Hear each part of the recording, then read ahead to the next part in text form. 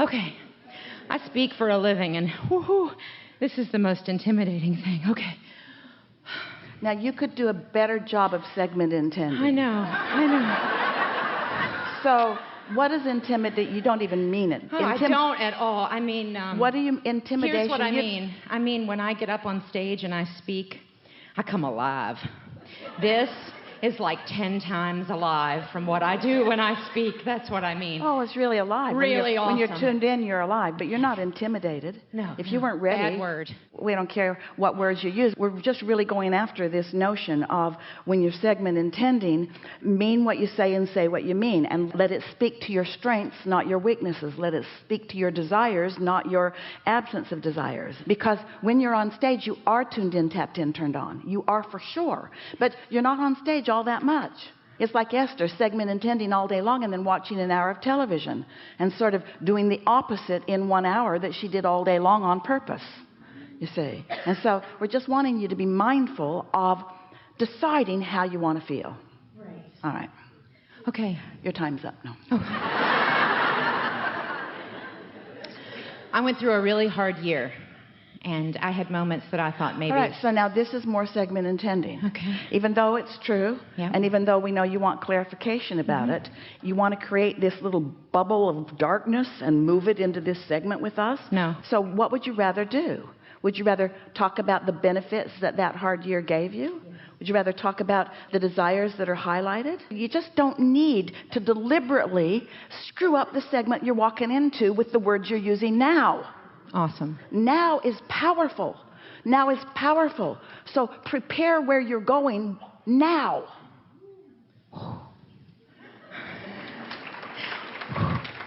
We're just saying. I love where I am now.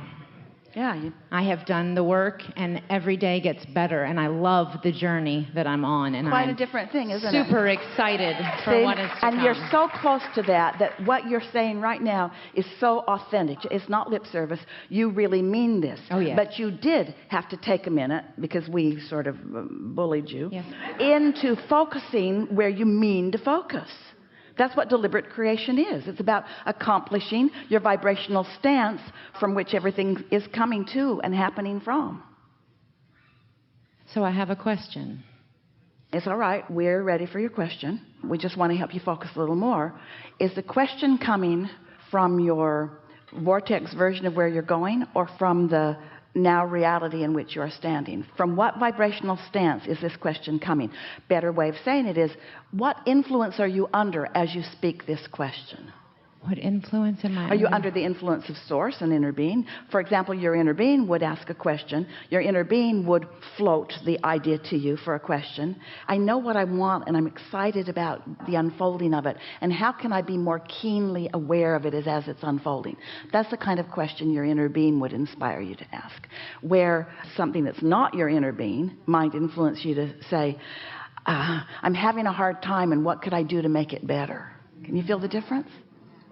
Sure. I think for me, this is a question of understanding. That's fair. Okay. Sometimes when I'm not in the vortex... But you know what we always do? What? In order to bring you to a place of understanding, we just stubbornly keep saying to you all the things that you already understand. Because we know if we can get you focused upon what you already understand, that you'll be able to understand the next thing that you want to understand that you don't understand. Right. But if we start from a premise that you don't understand, then nothing that we're going to say is going to cause you to understand. So you do know you're the creator of your own reality, yeah? Yeah. And you do know that how you feel is everything, yeah? Yeah. All right, ask the question. I feel like you just answered the question. We think so too.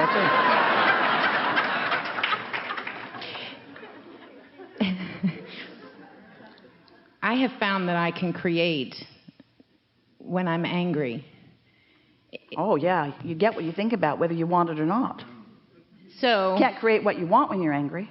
Right. So you have a difficult person that you are working very hard to love and send good things to. And sometimes that... Not working that hard, you called them difficult. Yeah, I did. That's true. They're challenging for me. We know, and you want us to side with you. Yeah. Now, I want to know why sometimes my anger can do more to get what I want with that person than showing them and feeling love towards It can't. them. It can't. That's a flawed premise. Okay. But this is why it looks that way. Okay. Humans get accustomed to mediocre creating. It's like if you're getting nothing from somebody till you yell at them and then they move something from over there to over there, you say, success! And so you get used to settling for the meager drippings of disconnection. We know that it takes quite a bit of focus to see only the positive aspects of someone who has other aspects other than positive aspects. Because you can see and hear and smell and taste and touch in this physical world, and so it feels more real and it yanks your chain.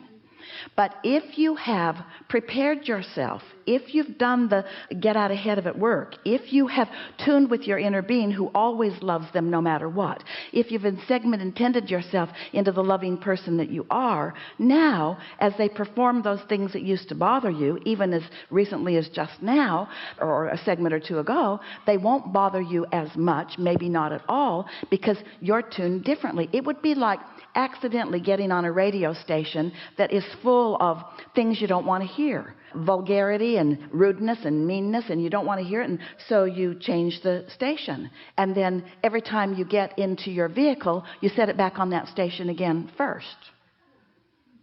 Just to get mad again.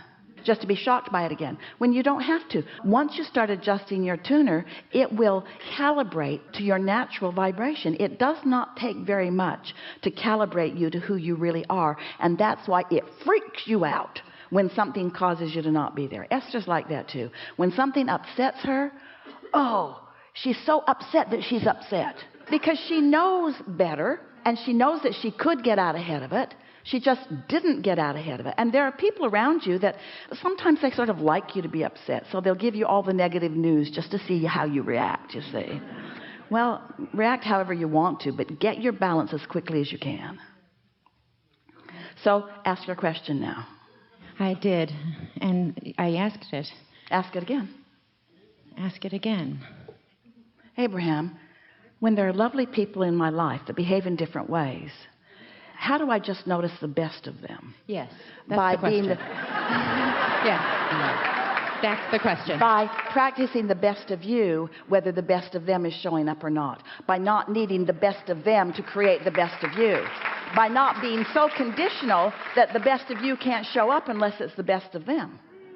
By not turning all of your power over to their behavior. Right. By loving the way you feel. Esther, she's so addicted to this little notebooks that she's got. She bought a big stack of them, and she can just hardly wait. And she has a place in her house where that notebook sits there on the table, and it's a new segment, so she just goes and sits there and writes.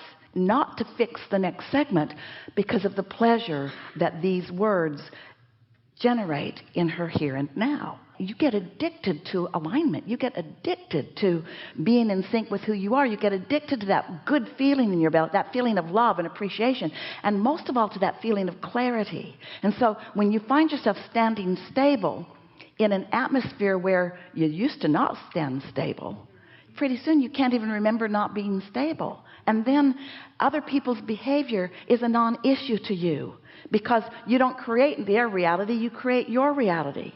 Did we get there? Yes, I'm ready to be ready to be ready to be ready to be ready. So we used to say that a lot, getting ready to be ready to be ready to be ready. And now we'd just like to say, I'm ready.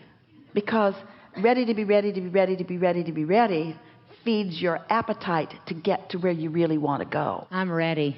We want you to just be as ready as you are and happy about how ready you are, because that's how your inner being feels. Your inner being feels really good about how ready you are. How ready you are. How ready you are. Where you are is just right. And you know why? Where you are is enough. You know why? Because you can't attract beyond where you are. So it's got to be enough. Do you get that? It's got to be okay where you are, because you can't be other than where you are. And because your inner being is never judging you about being in a wrong place. So when you're unhappy about where you are, you know what the problem is? You're crossways of your inner being, who never ever says you're not where you're supposed to be. Did you get that? Here's another piece to this. You're right here where you can hear this, because we can feel you. You've come right along, because we've been talking about what you already know, and then we talk about what you already know, so you're right up to speed. Every one of you, you are knowing what we are knowing right now about this. So let's take it just one step further so that you can really feel benefit moving forward out of this day. A friend earlier talked about there's this perspective and this perspective and this perspective, and we teased and we said there are endless perspectives. So let's talk about some perspectives here. Just a really clean, clear, easy way for you to approach this moment in time, this moment in time, this moment in time. You can be observing or considering a condition or an outcome, like a person, a bank account number, the condition of your house or relationship. You can be considering that aspect of life. And it's logical to be in a physical human body with your senses that you would do that. You can also be considering your vibrational relationship with your inner being right now. So if you start getting in the habit of tending to your vibrational reality rather than your manifested reality, can you feel the difference? Let's say that you hear a funny sound in your car and you worry that it's getting ready to break down. So you're focused upon a condition that you're having a response to. Naturally you would.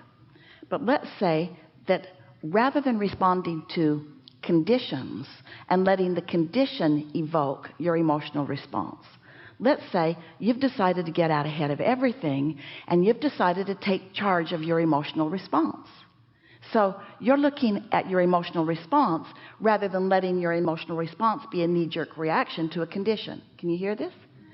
So you hear the funny knock, knock, knock in your car, and you start to feel a soft wafting of insecurity coming over you, but you don't let it take hold. Instead, you say, I have really good timing in my life and I can take care of this. You say, things always work out for me.